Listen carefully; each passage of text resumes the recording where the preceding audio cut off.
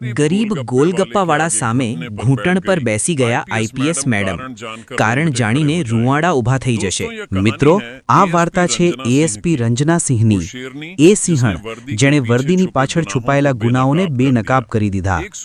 એક સવારે ભૂલાયેલા બાળપણની જેમ ગોલગપ્પાનો સાધારણ સ્વાદ લેવા તે નીકળ્યા હતા. પણ જે જોયું તે અન્યાયનું સૌથી કડવું ચિત્ર હતું. એક ગરીબ લારીવાળા શ્યામલાલને પોલીસવાળા માત્ર એટલા માટે મારી રહ્યા હતા કારણ કે તે પૈસા નહોતો આપી શક્યો. જ્યારે રંજનાએ તેમને રોકવા પ્રયત્ન કર્યો ત્યારે વર્દીમાં છુપાયેલા નરાધમે તેમના પર જ હાથ પાડી લીધો. એ જ ક્ષણે રંજનાએ નક્કી કરી લીધું કે હવે દરેક ગરીબને ન્યાય મળશે. તે એકલા હતા પણ સત્ય તેમની સાથે હતું, અને સત્ય જ્યારે જાગે છે ત્યારે મોટા મોટાની ખુરશીઓ હચમચાવી દે છે. જુઓ કેવી રીતે એક મહિલાએ આખા પોલીસ સ્ટેશનને ઘૂંટણીએ લાવી દીધું અને બંને ભ્રષ્ટ અધિકારીઓને તેમના ઘમંડ સાથે ધૂળ ચાટતા કરી દીધા. આ માત્ર વાર્તા નથી, એક સંદેશ છે. કાનૂન સૌના માટે સમાન છે. હવે ડરવાનો વારો ગરીબનો નથી, જુલમ કરનારાઓનો છે. મિત્રો, સવારનો હળવો સન્નાટો હતો. રામપુર બજારની ગલીઓ હજુ પૂરેપૂરી ખુલી નહોતી. આવા સમયે પીળા રંગની સાડી પહેરેલી એક સાધારણ દેખાતી સ્ત્રી ધીમે ધીમે કદમ વધારતા લારીઓ વચ્ચેથી પસાર થઈ રહી હતી. કોઈને અંદાજ પણ નહોતો કે તે સાધારણ નહીં પણ જિલ્લાના બહાદુર એસપી રંજના સિંહ છે. રંજનાએ પોતાની ઓળખ છુપાવવા માટે આ સાદો વેશ ધારણ કર્યો હતો, જેથી કોઈ તેમને ઓળખી ન શકે. તે પોતાના બાળપણની યાદોમાં ખોવાયેલા હતા. બાળપણમાં જ્યારે પણ મેળો ભરાતો કે મમ્મી બજાર લઈ જતી ત્યારે રસ્તાના કિનારે ગોલગપ્પાની લારી જોવા મળતી. આજે મન થયું કે કેમ ફરી એ નિર્દોષ ખુશી માણી લેવામાં આવે. થોડા ડગલા આગળ વધતા તેમની નજર રસ્તાના કિનારે એક નાની લારી પર પડી. લારી પાછળ એક દુબળો પાતળો આશરે 50 વર્ષનો માણસ કપડા નીચે હાથ ઘસીને ગોલગપ્પા બનાવી રહ્યો હતો.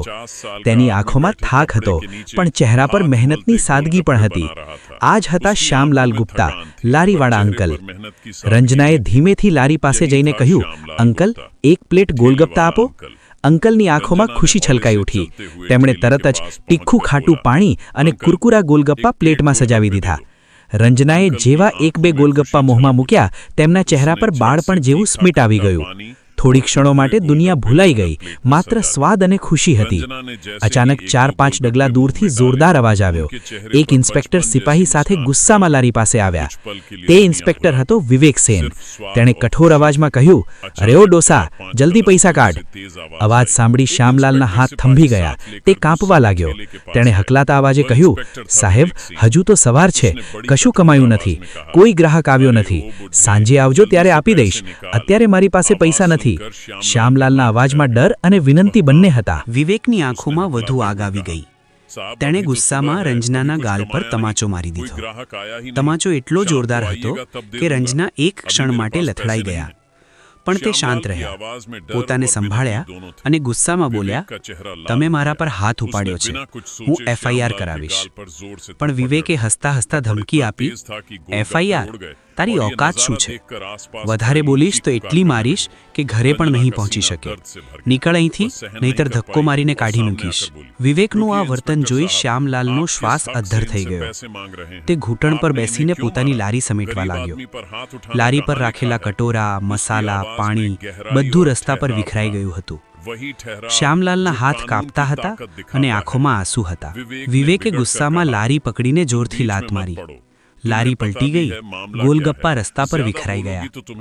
આસપાસના લોકો ચૂપચાપ જોઈ રહ્યા હતા. કેટલાક મદદ કરવા ઈચ્છતા હતા પણ ડરના કારણે રોકાઈ ગયા. વિવેકે શ્યામલાલનો કોલર પકડીને બૂમ પાડી, અરે ઓ ડોસા, વધારે હોશિયારી ના કરીશ, જલ્દી પૈસા કાઢ, નહીતર તારી લારી ઉઠાવી જઈશ. આટલું કહી વિવેક સેનની લાત પડતા જ લારી ઊંધી વળી ગઈ. શ્યામલાલની આશાઓનું આખું વિશ્વ તેમની આંખો સામે વેરવિખેર થઈ ગયું.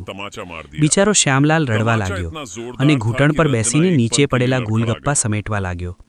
માનો કે દરેક ગોલગપ્પો તેની મહેનત અને તેના બાળકોની ભૂખ હોય. ત્યારે જ વિવેક સેને પોતાની લાકડી ઉઠાવી અને શ્યામલાલની પીઠ પર જોરથી ફટકારી. શ્યામલાલ દર્દથી ચીસ પાડી ઉઠ્યો. સાહેબ, ભગવાન માટે ના મારશો, હજુ તો દિવસ શરૂ થયો છે. સાંજ સુધીમાં જે કમાઈશ એ આપી દઈશ. પ્લીઝ મને માફ કરો. આ દ્રશ્ય જોઈ એસપી રંજના સિંહનું હૃદય ભરાઈ આવ્યું. તે હવે ચૂપ રહી શક્યા નહીં. તે ઝડપથી આગળ વધ્યા અને શ્યામલાલની સામે ઊભા રહી ગયા. તેમનો ચહેરો ગુસ્સાથી તમતમી ઉઠ્યો હતો. તેમણે જોરદાર અવાજમાં કહ્યું, અંકલ, તમારે કોઈની પાસે માફી માંગવાની જરૂર નથી. ગરીબ હોવું ગુનો નથી. ગુનો તો એ છે જે આ લોકો કરી રહ્યા છે. પછી તેમણે વિવેક સેન તરફ આંગળી ચીંધીને કહ્યું, ઇન્સ્પેક્ટર સાહેબ, હવે તમે તમારી અસલી ઓકાત જોશો. તમારી વર્દી પહેરેલા નરાધમોને કાયદો બહુ જલ્દી પાઠ ભણાવશે. વિવેક સેન ખડખડાટ હસી પડ્યો. અરે, તારી એટલી ઓકાત કે તું મને પાઠ ભણાવીશ? તો કરે છે શું? આ રસ્તા પર ઊભેલી એક સામાન્ય સ્ત્રી.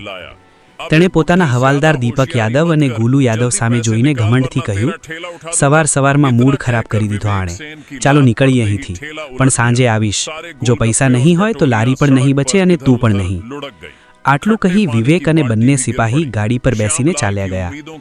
શ્યામલાલ ત્યાં બેસીને રડી રહ્યો હતો. રંજના તેની પાસે જઈને કહ્યું, અંકલ, તમે ઠીક છો? હવે ડરવાની જરૂર નથી. તમે ઘરે જાઓ, હું આ બધાને તેમની અસલી જગ્યા બતાવીશ. શ્યામલાલે આંસુ લૂછતા કહ્યું, બેટા, તે મારા માટે આટલું મોટું કામ કર્યું, પણ તારા લીધે તને થપ્પડ પડી. આ લોકો બહુ શક્તિશાળી છે. તું આ લડાઈ છોડી દે. રંજનાએ શાંત પણ દ્રઢતાથી કહ્યું, અંકલ, હવે જેટલું ડરવાનું હતું એ પૂરું થયું. તમે ઘરે જઈને આરામ કરો. રાતભર રંજનાને એ જ દ્રશ્યો યાદ આવતા રહ્યા. બીજા દિવસે સવારે રંજનાએ ફરી વેશ બદલ્યો. આ વખતે સફેદ સાડી પહેરીને સાવ સાધારણ ગ્રામીણ મહિના જેવા લાગતા હતા. તે સીધા રામપુર પોલીસ સ્ટેશન પહોંચ્યા. ત્યાં હવાલદાર દીપક યાદવ મળ્યો. રંજનાએ સખત અવાજમાં પૂછ્યું, ઇન્સ્પેક્ટર વિવેક સેન ક્યાં છે? ત્યારે જ પાછળથી એસઓ મનોજ દેશપાંડે અંદર આવ્યો. તેની નજર રંજના પર પડી. તેણે પૂછ્યું, શું કામ છે? રંજનાએ શાંત પણ મજબૂત અવાજમાં કહ્યું, મારે ઇન્સ્પેક્ટર વિવેક સેન વિરુદ્ધ એફઆઈઆર નોંધાવવી છે. તેણે રસ્તા પર ગોલગપ્પા વેચતા વૃદ્ધ શ્યામલાલને માર માર્યો. તેની લારી પાડી દીધી. અને જ્યારે મેં તેને રોક્યો ત્યારે તેણે મારા પર પણ હાથ ઉપાડ્યો. અત્યારે જ એફઆઈઆર લખો. આ સાંભળી મનોજ દેશપાંડે હસવા લાગ્યો અને તિરસ્કારથી બોલ્યો, તને ખબર છે તું કોની વિરુદ્ધ રિપોર્ટ કરે છે? શું થઈ ગયું જો તેણે એક થપ્પડ મારી દીધી? ગરીબોની ઓકાત જ શું હોય છે? તું ચૂપચાપ ઘરે જા. રંજનાનો ગુસ્સો ઉકળી ઉઠ્યો. તેમણે કહ્યું, કાયદો બધા માટે બરાબર છે. જો તમે રિપોર્ટ નહીં લો તો તમારી સામે પણ કાર્યવાહી થશે. મનોજ દેશપાંડે ગુસ્સામાં બોલ્યો, તારી એટલી ઓકાત કે તું અમારા પર રિપોર્ટ કરાવીશ? હમણાં જ તમે જેલમાં નાખી દઈશ. રંજના એક શબ્દ પર ભાર મૂકતા બોલ્યા, લાગે છે તમે તમારી અસલી ઓકાત ભૂલી ગયા છો. પણ યાદ રાખજો, જ્યારે હું બીજી વાર આવીશ ત્યારે તમે આ પોલીસ સ્ટેશનમાં ઊભા રહેવાને લાયક પણ નહીં રહો. આટલું કહી તે બહાર નીકળી ગયા. ઘરે પહોંચતા જ રંજનાએ નક્કી કર્યું કે આ પોલીસ સ્ટેશનની સફાઈ જરૂરી છે. તે સીધા ડીએમ અજય ચૌહાણ પાસે પહોંચ્યા અને આખી ઘટના જણાવી. ડીએમ પણ ગુસ્સે થઈ ગયા અને પૂછ્યું, શું તમારી પાસે કોઈ પુરાવા છે?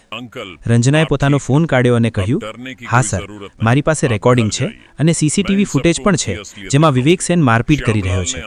ડીએમ અજય ચૌહાણે કહ્યું, આ બંને વર્દી પર ધબ્બો છે. હું કાલે જ પ્રેસ મીટિંગ બોલાવીશ અને બધાની સામે આમને સસ્પેન્ડ કરીશ. બીજી સવારે જિલ્લા મુખ્ય મથકના હોલમાં પ્રેસ મીટિંગ રાખવામાં આવી. મોટા મોટા નેતાઓ, અધિકારીઓ અને મીડિયા ત્યાં હાજર હતા. ડીએમએ મંચ પર આવીને કહ્યું, આજે હું એક એવો મામલો લાવ્યો છું જે પોલીસ વિભાગ માટે શરમજનક છે. પછી તેમણે રંજના સિંહને સત્ય જણાવવા કહ્યું. રંજનાએ આત્મવિશ્વાસ સાથે માઇક પકડ્યું અને કહ્યું, પોલીસનું કામ જનતાની સેવા કરવાનું છે, જુલુમ કરવાનું નહીં. પછી મોટી સ્ક્રીન પર વિડીયો ચલાવવામાં આવ્યો. વિડીયોમાં વિવેક સેનને લારી પાડતા અને મારપીટ કરતા જોઈ આખો હોલ ગુસ્સાથી ભરાઈ ગયો. મીડિયાના કેમેરા ચમકવા લાગ્યા. મનોજ દેશપાંડેની ધમકીભરી રેકોર્ડિંગ પણ સંભળાવવામાં આવી. ડીએમએ જાહેરાત કરી, આજથી ઇન્સ્પેક્ટર વિવેક સેન અને એસઓ મનોજ દેશપાંડેને સસ્પેન્ડ કરવામાં આવે છે અને તેમની વિરુદ્ધ તપાસ શરૂ થશે. આખો હોલ તાળીઓથી ગુંજી ઉઠ્યો. રંજનાએ કહ્યું, આ લડાઈ માત્ર શ્યામલાલ માટે નહોતી, પણ દરેક ગરીબ માટે હતી જે અન્યાય સહન કરે છે. હવે કોઈ ગરીબે ડરવાની જરૂર નથી. વિવેક અને મનોજને શરમ સાથે પોલીસ સ્ટેશનની બહાર લઈ જવામાં આવ્યા. જ્યારે રંજના બહાર નીકળ્યા ત્યારે શ્યામલાલ અંકલ ત્યાં આવ્યા. તે રંજનાના હાથ જોડીને બોલ્યા, મેડમ, આજે તમે મારું આત્મસન્માન બચાવી લીધું. હવે મને ડર નહીં લાગે. હું ગર્વથી લારી ચલાવીશ. રંજનાએ તેમના ખભા પર હાથ રાખીને કહ્યું, અંકલ, ડરશો નહીં. તમારી મહેનત તમારી તાકાત છે. આ સમાચાર આખા રાજ્યમાં ફેલાઈ ગયા કે પોલીસમાં પણ એક એવી સિંહણ છે જે જુલુમ સામે ઝૂકતી નથી. રંજના સિંહની આંખોમાં ચમક હતી, કારણ કે તે જાણતા હતા કે આ તો માત્ર શરૂઆત છે. જો તમને આ વાર્તા પસંદ આવી હોય તો વિડીયોને લાઇક કરજો અને ચેનલને સબસ્ક્રાઇબ કરજો. મળીશું આવતા વિડીયોમાં. ધન્યવાદ.